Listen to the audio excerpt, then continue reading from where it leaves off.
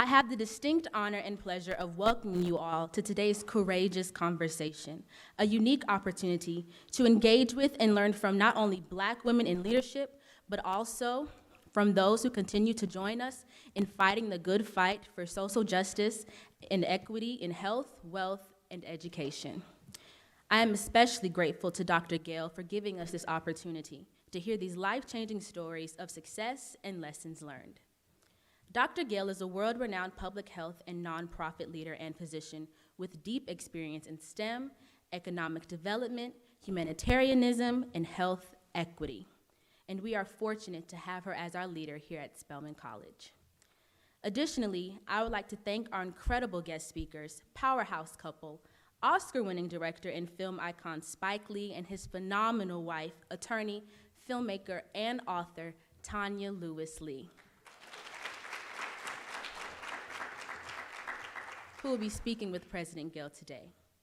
On behalf of Spelman students, Spike Lee and Tonya Lewis Lee, thank you for being courageous enough to take on the challenges that many have to.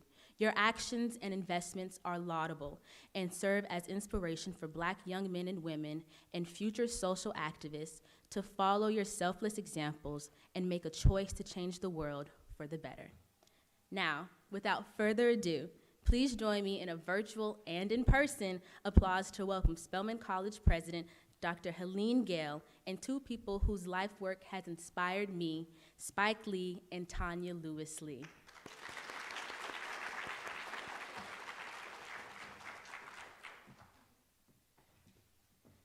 Thanks so much, Madison. One of the wonderful things about being the Spelman president is I get to be introduced all the time by these young women who make me wonder whether I could have been a student today if I had applied to school. They always make me very humbled. So thank you so much, Madison, for that great introduction. Madison didn't say, apart from being a scholar here at Spelman, she enjoys giving back to her community, and we know that's a real cornerstone of women here at Spelman. In her free time, she volunteers as a choreographer for her former high school's Fine Arts Magnet program and plans to use her economics degree to explore media and entertainment production. So this is great to be here with us today. As Madison said, welcome to this episode of Courageous Conversations, Blacks in the C-Suite. We are so glad you can join us, and this is wonderful to have people actually here in the audience. We hope that we'll get some participation from the audience and also those who have joined online. Special thanks to our UPS sponsors for your support. Where are you? Oh, here's our UPS. Stand up so we can give you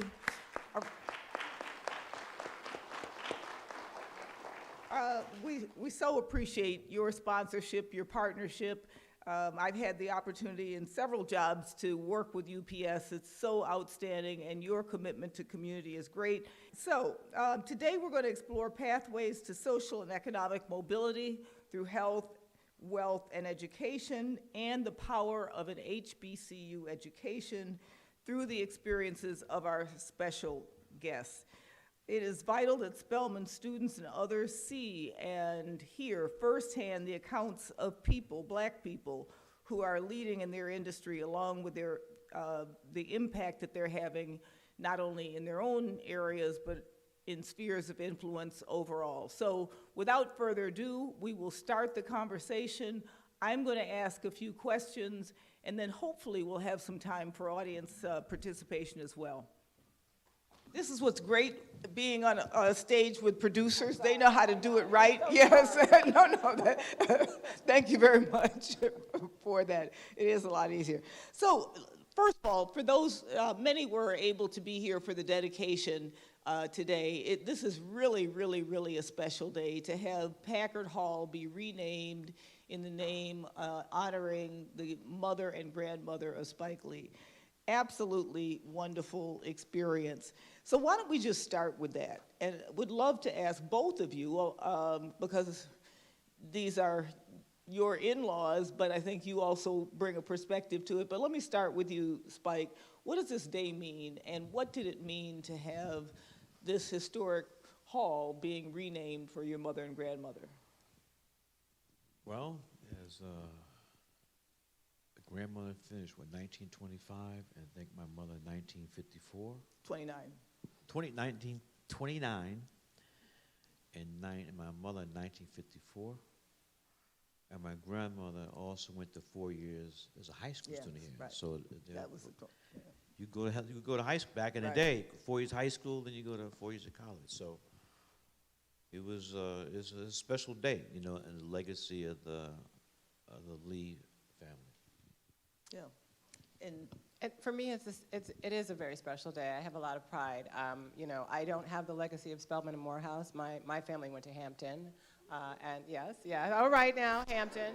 And I did not go to an HBCU. And every time I come back to this campus, I think to myself, why didn't I go to Spelman? You know, so I just think it is a special day for our family. I've been thinking a lot about our children being here. I wish they were here, actually. And it's just really wonderful to be reminded. Our daughter, Shalise, has spent a semester here. yeah.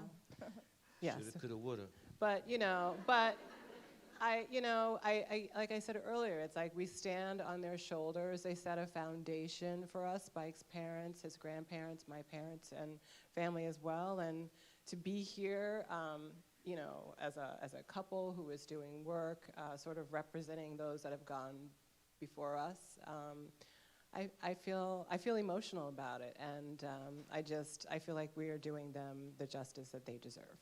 Yeah, you know, and I got emotional as well. You know, I think as I was looking at this, you know, I started thinking about my mother and my grandmother and all people who came before us, and how important it is for us to remember our history and celebrate it.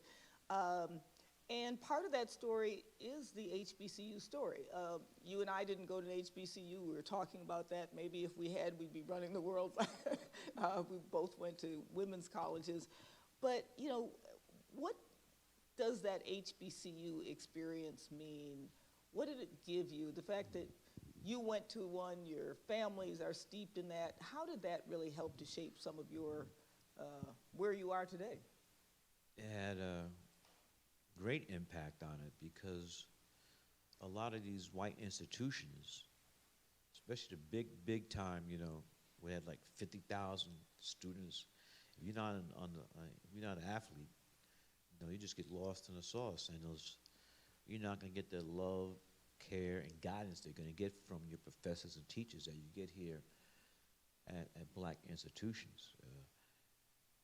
They're not doing it to make a lot of money. Let's be honest, you know, so they're doing it because they want to educate our youth and just keep it going, because our ancestors knew that education was going to be the way. I mean, they were, in many states, it was against the law to learn how to read and write. And you got caught doing that, you know, get whipped, lynched, castrated, maybe all three if Maz was having a bad day. But despite that, you know, on Sundays we would have the day off and we go to church, and also learn how to read by, you know, reading the Bible. Mm-hmm. So our ancestors knew that education would be a route for us to advance as a people. And the white folks knew the way to keep us from advancing was not for us to be educated. I mean, to this day, I'm never going to root for the Crimson Tide. F them. I don't care. Bear Bryant, I don't care. When George Wallace stood in the door to stop my second cousin, Vivian Malone, from attending, you know, the SEC, they had no black ball players. USC, Southern Cal, played University of Alabama, Crimson Tide. And we whooped there, you know what. And I forgot the brother's name. Running back, had like 4 touchdowns. And after that, Bear Bryant said, we need some of them. You know what some of them, you probably said the N-word, but, you know, they just knew that they're not going to be able to compete without having a thing. But here's the thing, though. You know, we had to be more than just athletes, run up and down the court, run up and down you know, the gridiron. You know, we got a lot of these brothers not graduating, you know, and everybody can't make the NFL. So it's like every year we got a new crop coming in. So education there's nothing wrong being a student athlete. True. Focus on student. Yeah. I want to talk a bit more about what both of you are doing, have done, and are doing in your professional lives. But let me start first by just, you know, obviously you're considered a power couple. How did you meet? I know there's something about Congressional Black Caucus and other things that have gone on. But in your own words, how'd you meet and how did it come about and how have you navigated these careers? Well, it was definitely God. God wanted this to happen, because there's no other answer for that. It's interesting because it's funny because I had been Spike, and you know, he obviously is in Brooklyn. Is Brooklyn in the house? Yes. All right, thank you. And I had been actually to his office because a friend of mine had worked on one of his films. And so Spike and we had probably been at parties together, but I was never in the same room with him. I never saw him. Even when I went to his office to visit my friend, he wasn't there. But I did go to the Congressional Black Caucus.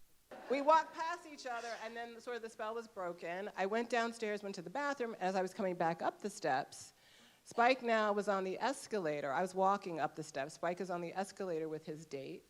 And I see him looking at me. Exactly. Now let me tell you what I'm like. So I see him checking me out, and I turn my head because I'm not going to disrespect his date, right? So I turn my head, and I just laugh to myself. I'm like, oh, that's so funny. Spike Lee was checking me out. And as I'm walking back to my table, laughing at the fact that he was checking me out, here he comes running up next to me. Oh, hey, slow down. Hold on, let me talk to you for a second. So are you here with your boyfriend? I was like, no. You here with your husband? I said, no. He's like, you don't have a boyfriend? Why not? I said, I haven't found the right guy yet. This man does a jig and a spin. And it's like, all right now. Then he like, are you a model? No. Actress? No. Singer? Okay, great. So what do? You're a lawyer? Okay. So look, I want to get your number, but I can't do it right here. So we go to the side. I gave him my number. The next morning, he called me. I want to say 9, 10 o'clock in the morning. And one of the first questions he asked me was, well, how old are you? I said, I'm 26. How old are you? He's like, I'm 35 and ready to get married. And that's what I said. I was like, And so for the first 2 weeks of conversation, Spike would mention the word marriage to me to the point where I was like, look, I don't know if this works, if this is the thing that you talk to other women like this, but I'm not ready to talk about marriage. So let's just cool it down. Let's just enjoy each other. Now, he was in Brooklyn, I was in Washington, D.C., so we had a long-distance relationship. Well, and so we met in September. By December, we were engaged, so I didn't slow it down that long. All right. And we were married the following October. So it was a very, very quick, and we were pregnant 6 months after we were married. So everything moved very, very, and continues to go very, very fast. It was meant to be. Your version? She left, Tonya, my dear, you left something out. I know, I did. But I knew that. It did not happen the way you said I know, it this is the happened. thing. He Can doesn't remember. You had your time to speak. Let me finish, please. We don't remember it the same. When we met, you compressed it. When you went to the restroom and you came back up, that was not the same time because I was looking for you for at least another 90 minutes. So I was looking for you, and then the thing was closing down. So you compressed it. It wasn't like that.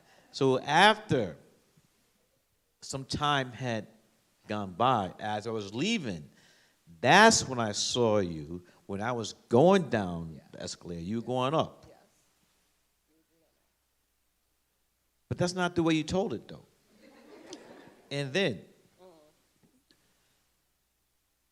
on this campus, Spelman College. The first time my grandfather, Richard Jackson Shelton, ever saw my grandmother, he was a French major, and so he was on Spelman's campus registering for class. It wasn't, I don't know what building it was, and he was standing on line, and he tapped my grandmother on the shoulder, and she turned around. He said to her, "Where have you been? I've been looking for you the last 2,000 years." And my grandmother said something like, "Negro, please." But that was a pretty good line, though. That's a pretty good line. And they got married. As I said before, that's where my parents, my grandmother and mother went to Spelman. My grandfather and father went to Morehouse. So this is where they met. Well, whichever version of the story is correct, it's great, the two of you together. And obviously, it's been a marriage that has really helped both of you continue to create and Yeah, and then we've and been to together grow. 29 years. yeah. I mean, we've been married 29. It'll be Right. 30. Right, almost 30 years. So it's spectacular, and both of you are obviously born storytellers. You're great at telling stories, and you have used stories not just to tell any story. You've used storytelling to be able to shine a light on things that oftentimes people aren't willing to talk about. So maybe I'll start with you, Spike. If you want to say how the Spelman and the HBCU story, all the other stories in your life have really helped you to then propel to tell the kinds of stories that you tell today, the kinds of stories that help us to understand issues that people often don't talk about, social justice issues about truths about Black people. Where did that come from, and how has that continued to propel your work forward? Well, I come from a very artistic family, and so it was here,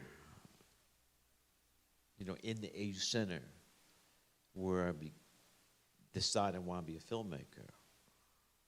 When I came to Morehouse, the summer of August of 1975, it was so hot, and at that time I had really bad asthma. I mean, it was like it was murder.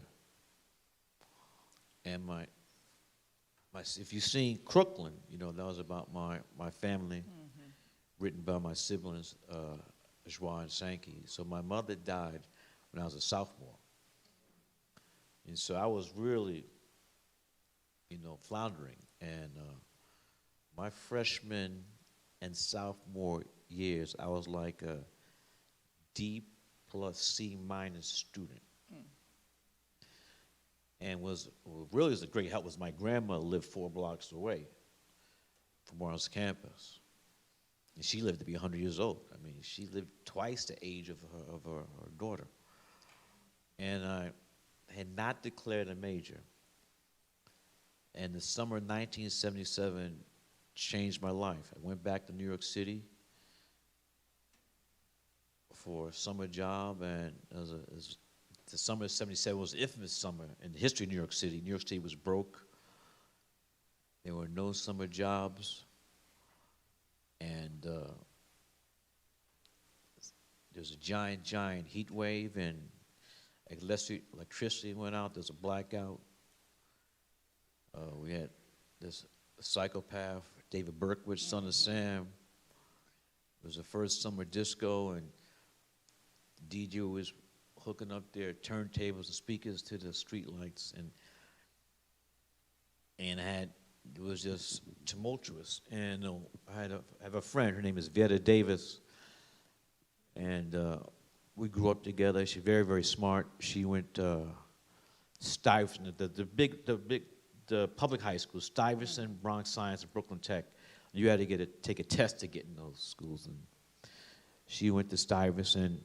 Right away, she knew she wanted to be a doctor and went to Princeton undergrad and Howard Med School. Now she's a doctor in Chicago. Anyway, one day I was doing nothing, like most of the summer, and now as I look back upon it, the Spirit told me to go visit her. So I went. She lived right across the street from LIU, Willoughby and Ashland Place. I went to see her, and she was studying for some test. And in the corner of the room was a box. I said, "What's in the box?" She says, "A Super 8 camera. You can have it." And I said, "What's in the other box?" She says, "The film for the Super 8 camera." She said, "I'm going to be a doctor. I don't need this stuff. My father gave it to me. I know I gave it to me, but you can have it." And so that day changed my life. So that summer, the rest of the summer, I was just filming stuff. And came back to school that fall, and declared a major, mass communications, which is not at Morehouse. Took it over at Clark. Then it was Clark College. And there's a teacher there today, a professor, Dr. Herb Eichelberger, who's still there today, encouraged me to do something with this footage, this Super 8 footage I shot that summer. I was filming block parties when the blackout happened, and New York's Puerto Rican citizens, black citizens, starting to loot, driving cars out the dealership. And I mean, it was crazy. Filmed all of that, and he said, "Why don't you make a documentary out of that?" And as I said before, my freshman, sophomore years, I was D plus, C minus student, and junior, senior years, I was an A student. And A plus, not because I got smart all of a sudden. I found something that I hope I could do the rest of my life. So that's really started here in the AU Center. So it does speak to faculty out here. I know you know it, but how life-changing faculty, especially faculty at HBCU, can be because they, believe in us and really, think about how they can really bring out the excellence. So. We had a class, my film class was on Mondays, Wednesdays, and Fridays. And on Tuesdays and Thursdays with Dr. Herb Eichelberger, his day was off. He was off those days. He would come in and open up the film lab just so I could edit my film. And he wasn't getting paid extra for that either. But he believed in you. Yes, he did. Yeah. And so that one day going to see Vieta, that changed the course of my life. You have taken on a lot of issues that have been uncomfortable, unpopular. I mean, even school days didn't necessarily put HBCUs all, or at least activities on HBCUs, all in a positive light. What's given you the inspiration, the courage, the impetus to take on these tough issues and continuing to do so? You have to tell the truth. I mean, look, I love the AU Center, Spelman, Morehouse, even Morris Brown, when it was around before they lost accreditation. But everything, something's wrong, you got to speak on it. And a lot of that stuff, I mean, school days was my 4 years here in the AU Center jammed into a homecoming weekend. And we wanted to shoot on Morehouse's campus. And we were kicked off campus by then President Hugh Gloucester. And one of the things that was very disappointing, this guy was a president of Morehouse College. And he told me that he didn't like the actor I cast as a president. Great actor, his name was Joe Seneca. He said, he looks too much like a Sambo. Ooh. Look, he said this to my face, the president of Morehouse College. The actor who I chose, who was dark-skinned, the president of Morehouse, he said, the great Joe Seneca looked like a Sambo. So right away I knew that the stuff we're trying to deal with in the film, this is not fiction. This is real life. And so when the film came out, I was, I wasn't even, they never said it, but I really wasn't allowed on campus, so. But he died, and things changed. Well, 100, HUNIT, 100. I'll just go on record saying no matter who you want to cast me as, I'm fine. No problem. You gotta be able to shoot here too, though, on campus. Yeah. Because Spelman, hold on, we weren't allowed to shoot. Well, Spelman said, hell no. Dr. Stewart. We'll let you cast here. We'll let you shoot Thank you, here. thank you. So, Did Tonya, you hear this? All right.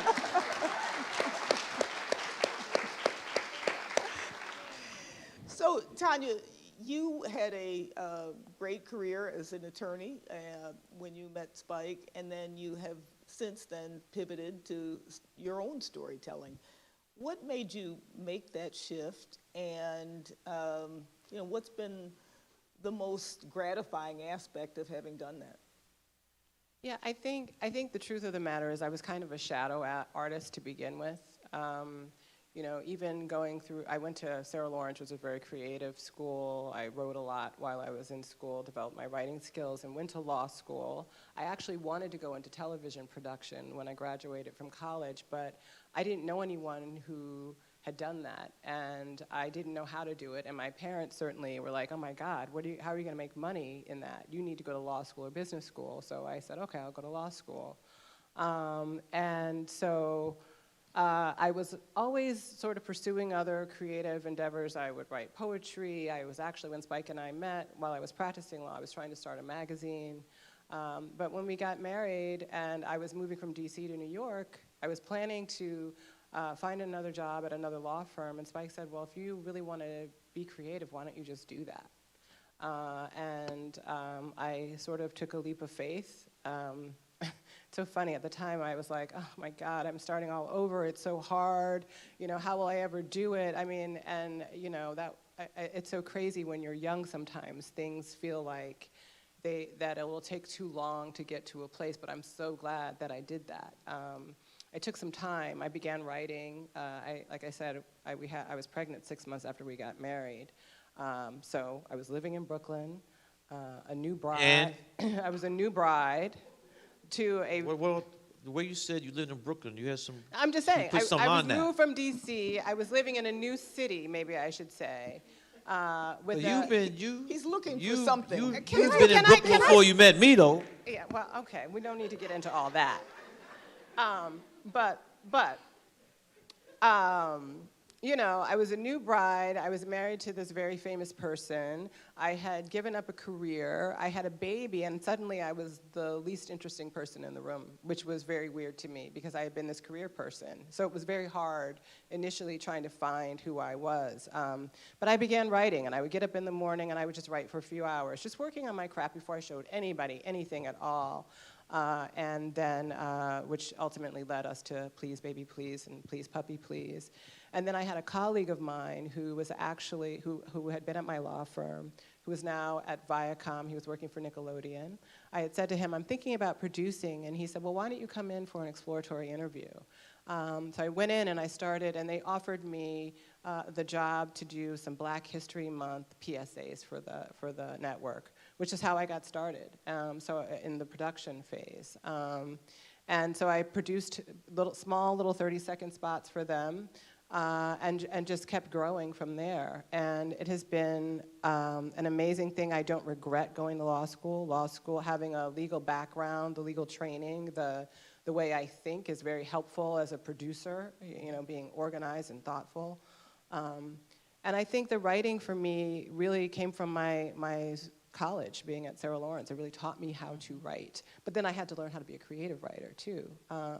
But it's been a wonderful journey for me, and I love blending because I did clerk for the NAACP Legal Defense Fund. I worked for Human Rights Watch when I was in law school, so I did have a social justice. I wanted to do work that helped people.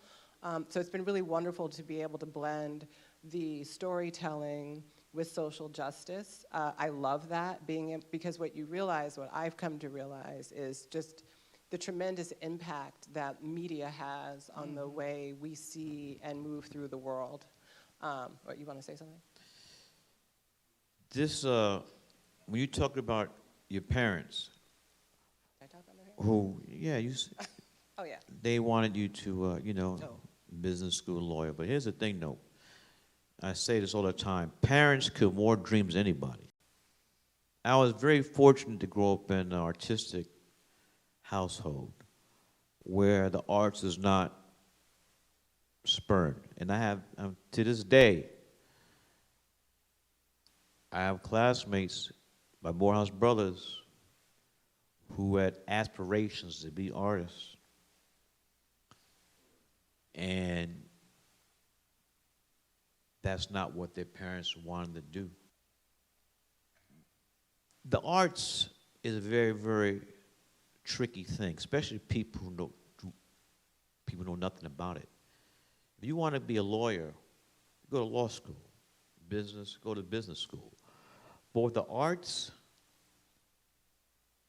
well, a lot of parents, like, they don't see how you're going to do it.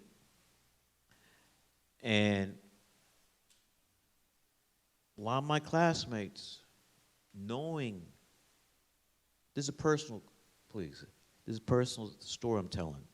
A lot of my classmates are miserable today because they chose a path in life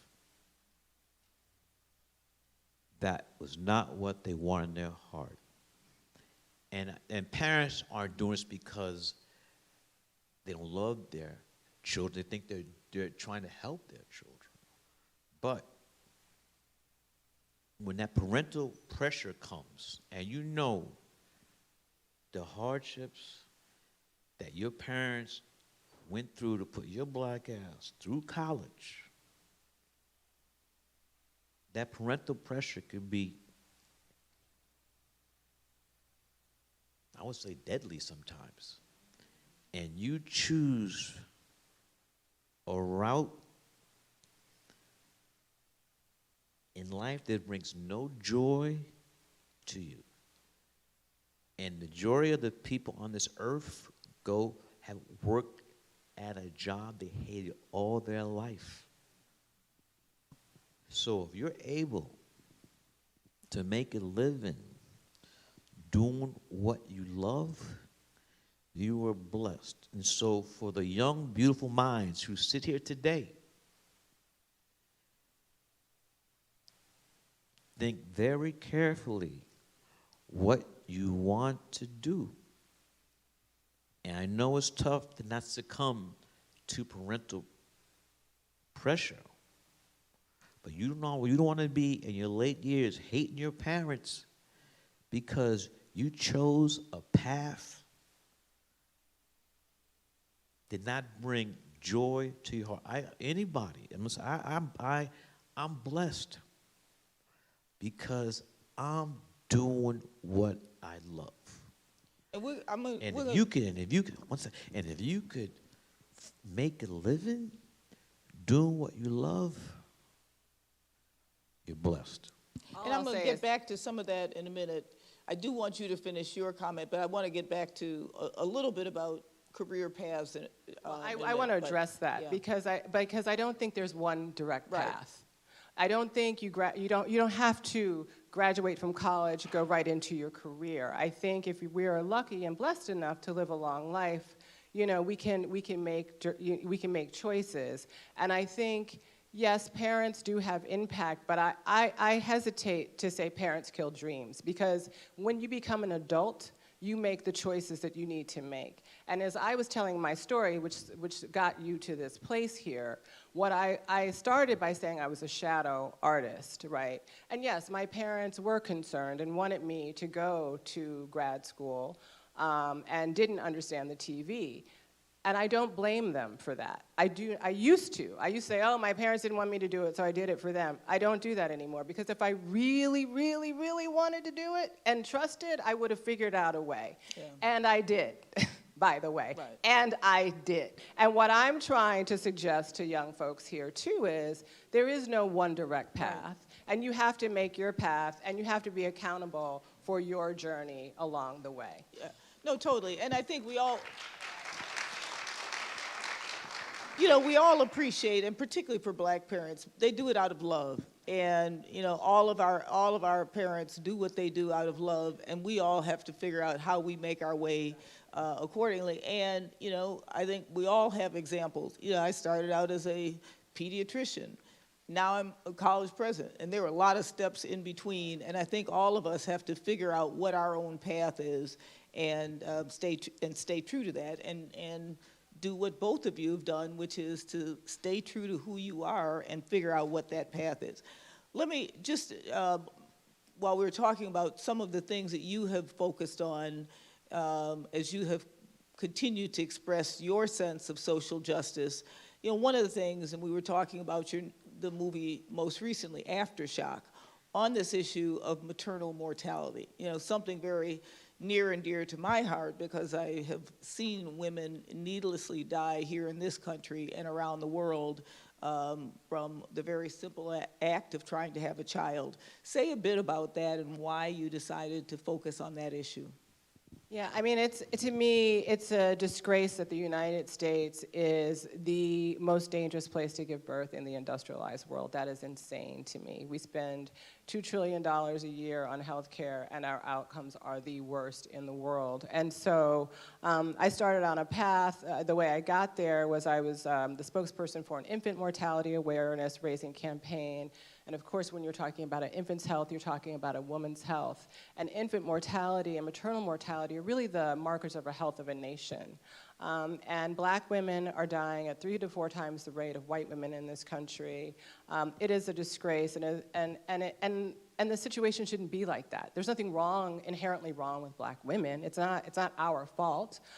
It's the system. It's the way the system is set up. And so I really wanted to make a film that really shows, first of all, the impact, because as journalists start telling the story, which is really important, and I'm grateful that they have been telling the story, what happens is, when you start talking about statistics, I think sometimes it's hard to humanize those statistics. So we really wanted to put the human face on what people were reading about, so that people understood what that impact is when a mother is lost to her family, to her community, and to all of us ultimately.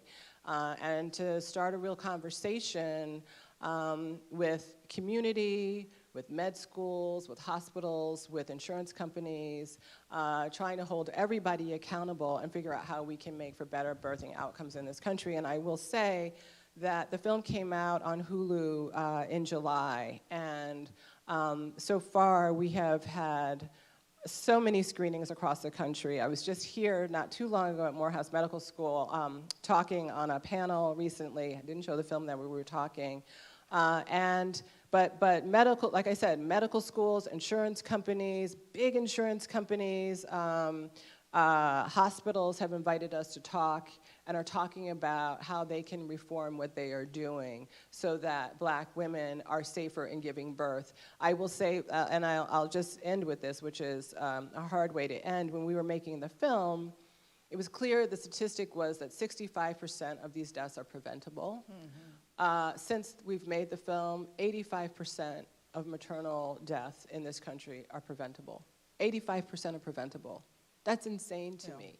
And why is this happening? It's because people don't listen when we show up. Doesn't matter how wealthy you are, doesn't matter how educated you are, or how fly you look when you walk into the doctor's office.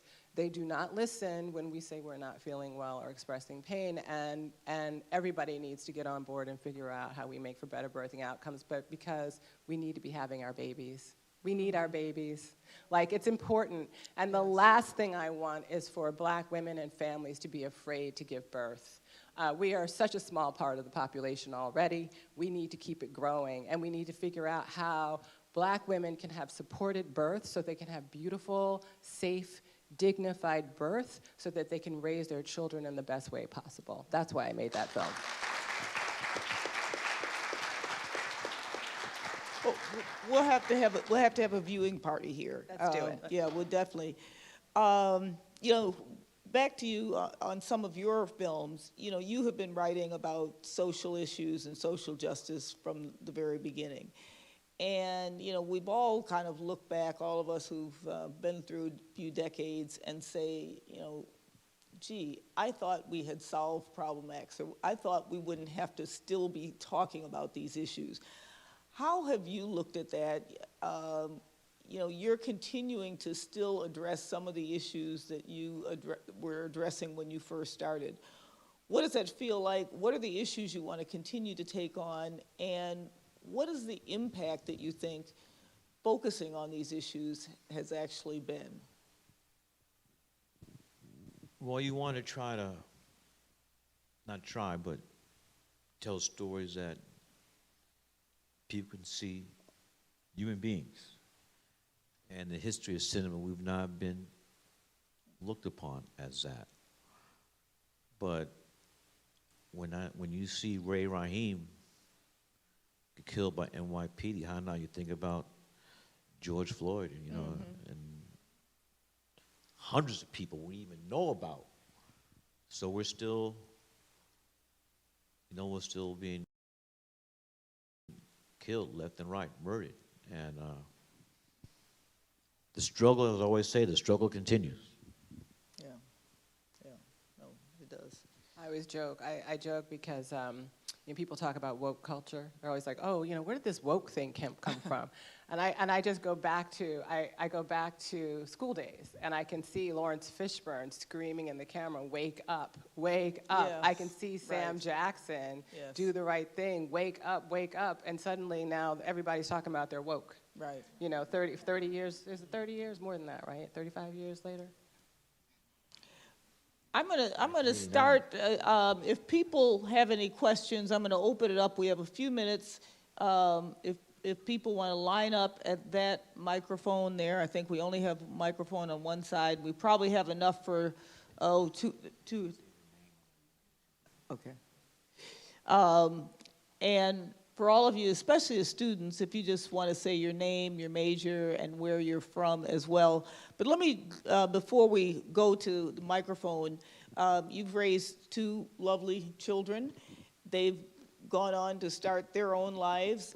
What do you think, being raised in this family with such social conscious, what has that meant for them, and what are you most proud of in terms of what you've given both of your children? You know, I think that you know, they've been raised in a family that has conversation about what's happening out in the world, and I think that they are themselves very in tune. I mean, they're still young. You know, although my daughter's turning 28 on Friday, which is so weird to me. Like, that sounds so old. I don't feel old enough to have a daughter that old. But they're artists themselves. They're both artists. I mean, you know, I always said, God, can I get a doctor? Doesn't someone want to be a doctor in the family?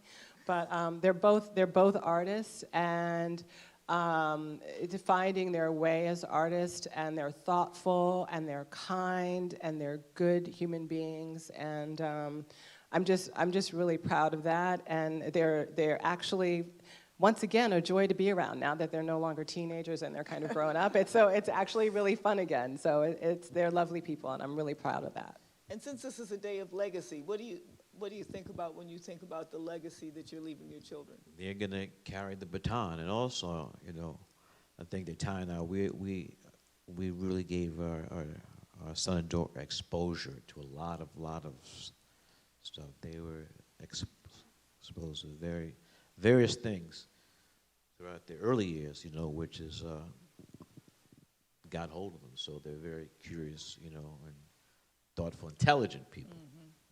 Great. First question there. Hi, I'm Reagan Horn. I'm a first year at Spelman. My major is comparative women's studies, and I'm going to minor in political science next semester. My first question is for Ms. Lee. How do you balance your career of being an attorney and, you know, being in law with being a producer, film producer?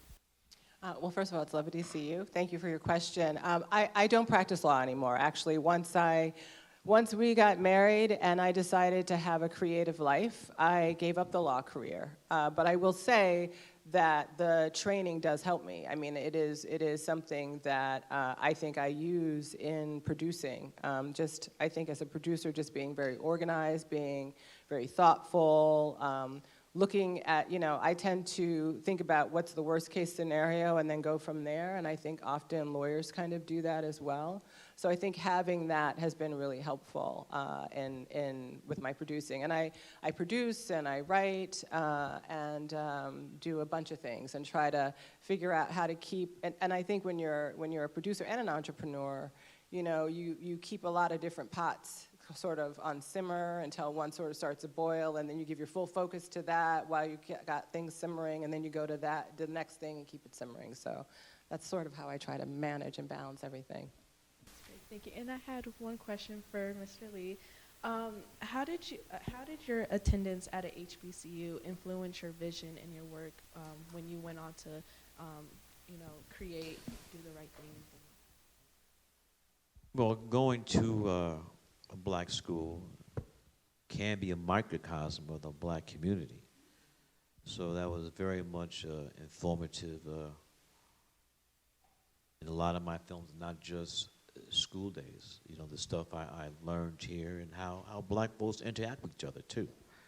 I mean, this is a lab, you might say, where how we interact with each other and how we deal with each other. Pro, good and bad. It was nice to meet both of you. You too. Thank you.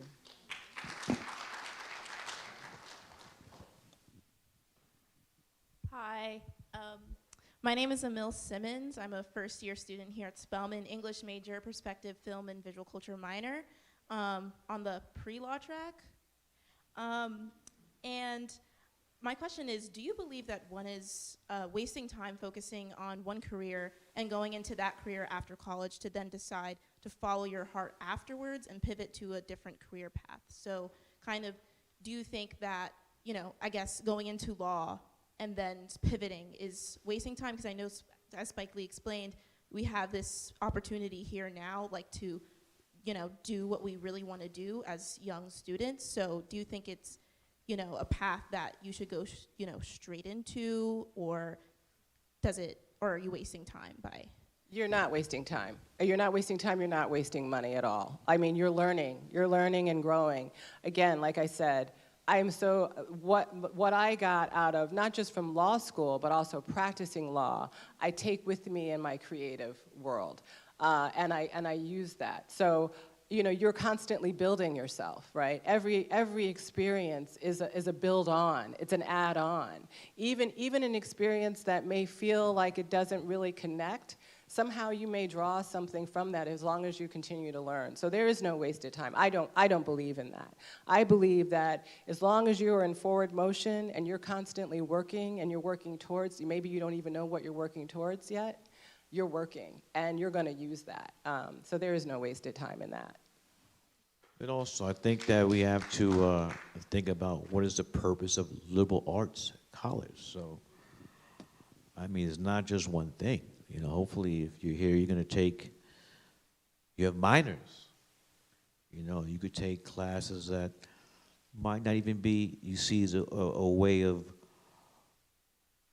or you want a career at that, but you want to know about other stuff. So that's why I'm a big proponent of liberal arts colleges, because when you go to college, you might have an idea of what you want to be, what path you want to take, but when you take a class on a whim, that might be the thing the thing that's inside of you, a gift that you didn't know you had.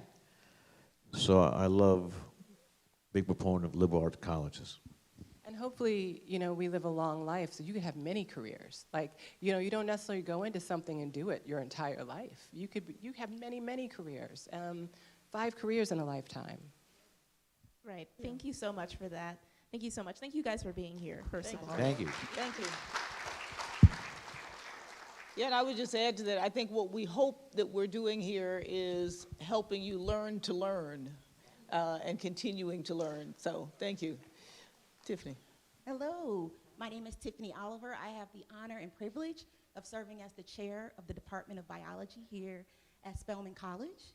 I also recently turned 40, and I'm at that reflection stage in my life, and I just want to offer thanks for you all being here, reminding me to center and focus on my joy, right? I came to Spelman because I want to see more Black women get PhDs in STEM and to be educated in science. And I know that you're speaking, and that everybody hears you, but I want to say that I heard you in a way that I haven't heard this message, the way I've needed to just recently. My godmother says that, and it's a saying that your gifts and talents will bring you before kings and queens. And I am so honored and thankful to be here before you all, to hear this message at this time in my life, and for the opportunity to serve the Spelman community. So thank you so much. Thank you. Thank you. Thank you so much, Tiffany, for that. And we are going to wrap up, and we've got just a couple minutes left, so I will offer an opportunity for each of you. Any closing remarks? You've heard a lot of heard the questions. I think everyone is curious about how you keep learning and how you keep pivoting careers. But anything that you want to talk about, that just kind of your last word that you like to leave with this audience. Well, again, I'm going to pick up on what I just said. I'm 56. Like, it's hard for me to even say that, but I'm 56. And as I said, I think about where I'm going to be when I'm 80, right? And so it's like planning. Like, I take care of myself physically, mentally, and spiritually, so that this body can help get me to 80 in a really good way. When I was younger, I admit it was vanity. That's why I took care of myself, because I wanted to look a certain way. But now it's because I want my body to last, to get me to 80, 85, 90, because I want to be working, creating. I don't know exactly what. I don't know everything what's coming. But I know that I'm going to be creating something and being in conversation about what's happening in the world and figuring out how I can change the world for better. And I think, to that question about, is it wasted time? There are projects that I work on that probably will never see the light of day, but the practice of actually doing that work will get me to the project that may see the light of day, that may spark something in someone, that does maybe make the world a better place. So I just want to leave with that we all need to really think about how we take care of ourselves mentally, physically, and spiritually, so that we can all sort of tap into what that purpose is and that thing that we all need to be doing, so that we try to leave this earth a little bit better than when we got here. Thank you.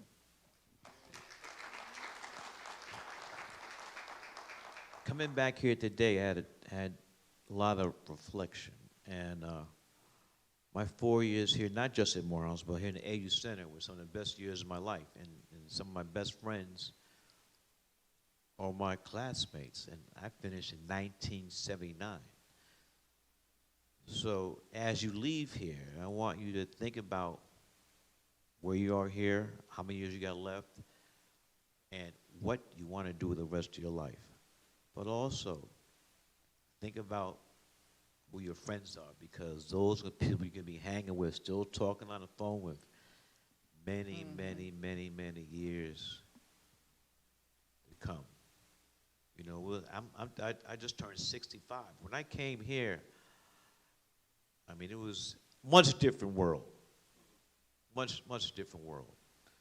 But cherish, really, I want to say a word again, cherish your time here at this great institution under the leadership of your great president. And you are in a very, very special place. And you were selected to be here because you are special. Never forget that. Spelman College. And the house.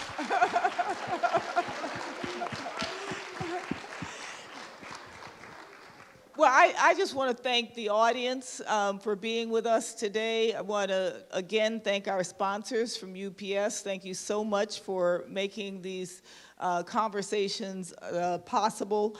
It's been wonderful to have both of you as special guests on this edition of Courageous Conversations, Black in the C-Suite. And it's also my honor to be doing this first one, and this first one where we have, first one since I've been president, and also first one where we've had the opportunity to have a live audience. It really makes a difference to have people in the room, and to you online, thank you so much for tuning in. It has just been remarkable to have both of you. We are so proud and pleased that you are part of this family. And this day has really been a remarkable day. You both bring your brilliance, and that's not just mental brilliance, but your spiritual brilliance, that light that is in both of you. So thanks for sharing that with you, and thanks for being part of this incredible conversation. And we look forward to the next in this series of Courageous Conversations. Thank you all for being here today. And I want to thank you for the dedication Yes. of my grandmother and mother, for the building, Yeah. which I knew is Packard Hall. Thank you. Thank you. Thank you all.